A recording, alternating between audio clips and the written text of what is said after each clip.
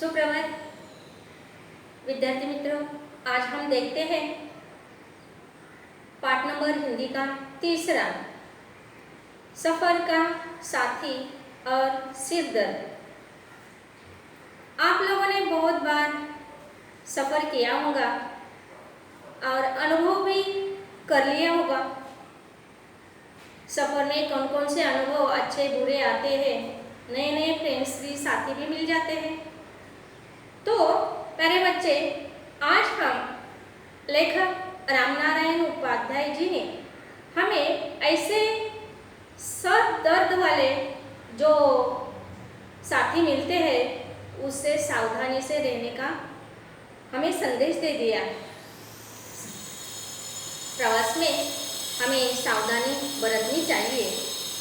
तो चलो हम देखते हैं कौन कौन से मुसीबत से हमें सफर में बचना चाहिए। देखिए, मुझे अकेले यात्रा करने में आनंद आता है। इससे चलती रेल में से पैरों के नीचे से निकल जाने वाली नदी की कल्पना में डुबकी लगाने जो पास लगाते हैं उन वृक्षों को के निरंतर पीछे छूटते चले जाने और जो दूर है उन भागते वृक्षों का साथ निभाने में बहुत बड़ा मजा आता है।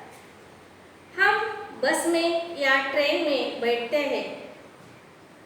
हमारी बस, ट्रेन, गाड़ी आगे भागती रहती है तो हमें ऐसा लगता है कि रास्ते के किनारे जो खेतीबाड़ी है, पेड़ पौधे हैं, वह सब हमारे साथ भाग रहे हैं।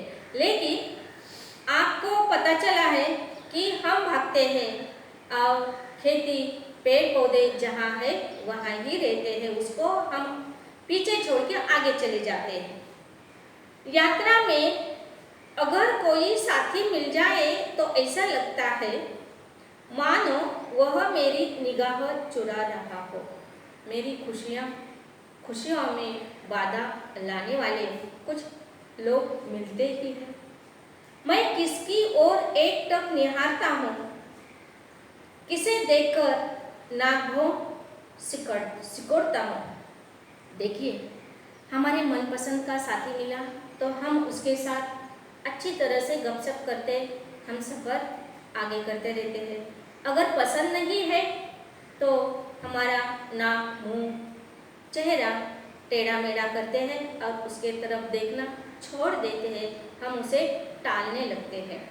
तो किसी को सफर में बाहर का दृश्य देखने में बहुत मजा आता है, किसी को बातों में उलझने में मजा आता है।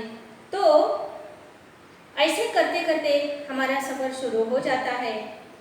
मैं किसकी ओर एकटक निहारता हूँ, किसे देखकर नाभों सिकोड़ता हूँ और कौन मेरे एकांत क्षणों का अंतरंग साथी है, इन सब बातों पर कोई निगाह रखे, यह मुझे कतई पसंद नहीं।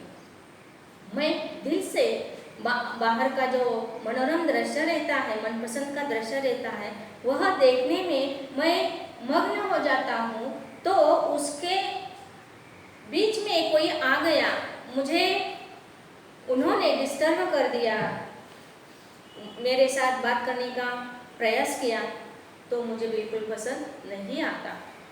कभी कभी जब रेल की खिड़की से बाहर झांककर दूर के दृश्य, किसी प्राकृतिक मनोरम दृश्य को देखना चाहता हूँ, जैसे सूर्योदय और सूर्यास्त, तभी मेरी दृष्टि उचट कर किसी वृक्ष की डाली पर पांव टिकाए बच्चों को देखने में जा उलझती है।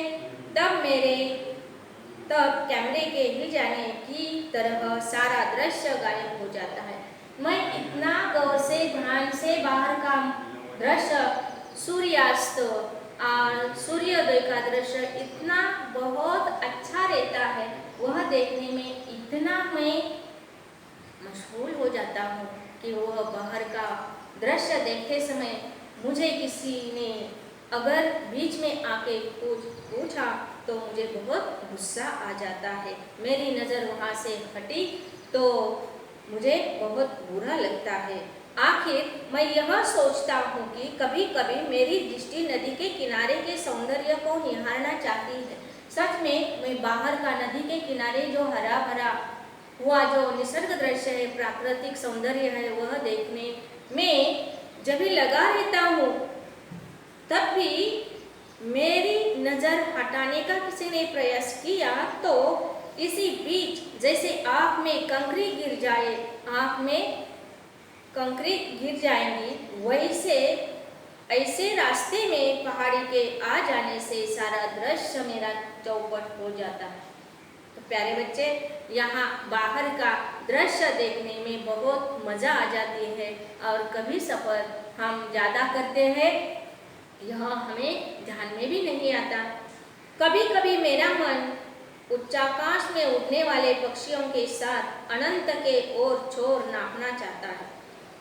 आसमान में उड़ने वाले पंछी इतने ऊंचे रहते हैं, उसके तरफ नजर जाती है। तभी इसी बीच रेल किसी गुफा में प्रवेश कर जाती है। अनजाने में रेल का रास्ता जो है गुफा का आ जाता है, तो आधे में पंछी छूट जाते हैं और मेरा मन लाचार हो जाता है। तभी मन मारकर सुरंग की उस पतली लकीर में से निकलने का बाध्य होना पड़ता है। मेरा मन वह गुफा से बाहर जाने के लिए आतुर होता है। कभी मैं एक बार बाहर जाता हूँ और कभी आसमान के उड़ते हुए पंछी को देखता हूँ, ऐसा मुझे होता है। वैसे मुझे बस की यात्रा कतई पसंद नहीं है। बस से प्रवास करना लेखक को बिल्कुल पसंद नहीं है। क्यों पसंद नहीं है? देखिए, उसमें यह भी जरूरी नहीं कि बगल में बैठने वाला आदमी हमारा मनपसंद ही हो।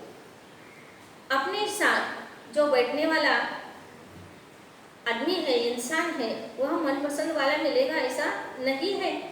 अनेक बार तो ऐसे व्यक्ति से पाला पड़ता है जो रूठी हुई पत्नी की तरह लाख मनाने पर भी सीधे मुंह बात नहीं करता, और अगर उससे प्रश्नों के जरिए छेड़खानी की जाए तो हाँ मैं जवाब देकर खिड़की से बाहर मुंह लटका लेता हूँ। यहाँ बहुत अच्छा उदाहरण दिया है लेखक ने। देखिए, एक बीवी अगर रूठी गुस्से में आई और बात करना छोड़ दिया, तो उसका गुस्सा निकालने के लिए जितने आदमी को मेहनत करना पड़ता है, उससे ज़्यादा लेखक को खिड़की के नज़र से अंदर लाने के लिए, अपने बातों के तरफ मनाने के लिए बाजू वाले को बहुत प्रयास करना पड़ता था। कभी कभी ऐसा भी साथी मिल जाता है कि आप चाहे सुने या न सुने, वह अपनी बात तब तक सुनता रहेगा जब तक दो में से एक उतर न जाए। यह ऐसा संघर्ष कब तक चलता रहता है? ट्रेन में हो या बस में हो, यहाँ अपने साथ में बैठा हुआ जो प्रवासी है, दूसरा आदमी है, साथी है, वो जब तक स्टेशन से नीचे उतरता नहीं बस से या ट्रेन से, तब तक ये पूरे मसले को हमें मुंह देना पड़ता है, मुंह दिखाना पड़ता है और यह प्रयास करना पड़ता है। ऐसा लगता है अंदर से कि कभी इसका स्टेशन आता है और ये कभी नीचे उतरता है। मुझे सुपरफास्ट ट्रेन के बजाय एक्सप्रेस से यात्रा करना ज़्यादा पसंद है। लेखक कौन से ट्रेन से ज़्यादा प्रवास करते हैं? देखिए, एक्सप्रेस से। कारण सुपरफास्ट ट्रेन का स्वभाव उस विशिष्ट व्यक्ति की तरह होता है। सुपरफास्ट ट्रेन से अगर हम जा रहे हैं तो क्या हो जाएगा, यह ट्रेन बार बार नहीं रुकेंगी, चढ़ने उतरने का प्रॉब्लम भी कम हो जाएगा, लोगों की आवाज़ें बिल्कुल बंद हो जाएंगी और एक साथ एक तरफ हमारा पूरा ध्यान कहाँ चला जाएगा? बाहर के मनोरम दृश्य देखने की तरफ। रास्ते में मिलने वाले बराबरी वालों की उपेक्षा कर बड़ों से मिलने दौड़ा जाता है। मन अपना कितना देखा है, देखो मन के भाव कितने होते हैं।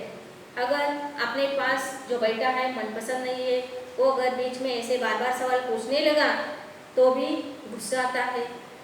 अगर हम इतना बाहर का अच्छा दृश्य देख रहे हैं और बीच बीच में वो फालतू सवाल करके अपना मन बहलाता है तो भी गुस्सा आ जाता है। उसे आदमी से अधिक अपनी चाल पर नाच होता है, जबकि एक्सप्रेस एक दोस्त की तरह दूर से स्टेशन देकर अपनी चाल धीमी कर देती है, सबको अपने हृदय में स्थान देती है और जब चलती है तो इस कदर धीरे से कोई एक मित्र दूसरे से विदा ले रहा है। सुपर जो ट्रेन रहती है वह बार बार सुपर फास्ट ट्रेन बार बार रुकती नहीं, बहुत देर के बाद रुकती है, लेकिन रुकती है कैसे? अपने एक साथी को विदाई कर रहे हैं, इस प्रकार धीरे धीरे वो रुकती है और वह साथी को विदाई दे रहे हैं, ले रहे हैं, इस तरह से वो आराम से रुकती है। अपने को तो भाई साहब रेल की खिड़की से दुनिया देखने में बड़ा मजा आता है। लेखक कहते हैं कि मुझे तो रेल के खिड़की से बाहर देखने में बहुत मजा आता है। ऐसे लगता है कि शीशे में से डिब्बे वाला बाइस्कोप देख रहे हो। खिड़की में से, खिड़की के पास में से बाहर देखते वक्त हम बाइस्कोप देख रहे थे, लेकिन कोई देखने दे तब तो, लेकिन शांति से हमें बाहर देखने को देंगे तो जैसे ही अपने पाँव रखा और अपनी सीट पर बैठे कि सामने की सीट पर बैठा यात्री आपके झोले में से झांकते अखबार की ओर देखकर पूछेगा, क्या मैं इसे ले सकता हूँ? जो पहला प्रवासी आया है, पहला सफर साथी आया है ट्रेन में बैठकर, अपने बैग में सफ़र करते समय बहुत लोगों को कुछ ना कुछ पढ़ने का, लिखने का सामान साथ में लेकर जाने की आदतें होती है। पढ़ने का शौक रहता है, किसी को बाहर जो घटनाएं दृश्य दिखते हैं वो नोट करके लिखने की आदत रहती है। ये तो बहुत अच्छी आदत है, हर एक का अपना अपना अनुभव लिख कर रखना बहुत अच्छा लगता है। लेकिन अगर कोई साथी, नया साथी ट्रेन में ऊपर आ रहा है, उसके बैग के अंदर अगर न्यूज़पेपर देखा, बातमी पत्र देखा, तो वह पहले ही पूछ लेता है उसने पढ़ा है या नहीं पढ़ा, वह लेकर अभी आया है, यह सोचते भी नहीं है। वह क्या करते हैं, प्रत्यक्ष रूप में उनको बोलते हैं कि यह बातमी पत्र मैं पढ़ने के लिए ले लूँ। तो बैठने तक, सीट तक जाने तक हम हाँ बोल देते हैं, वो बाजू वाले क्या करते हैं, न्यूज़पेपर निकाल कर ले लेते हैं। तो प्यारे बच्चे, आगे का भाग है वह हम आगे के वीडियो में देखेंगे। ओके।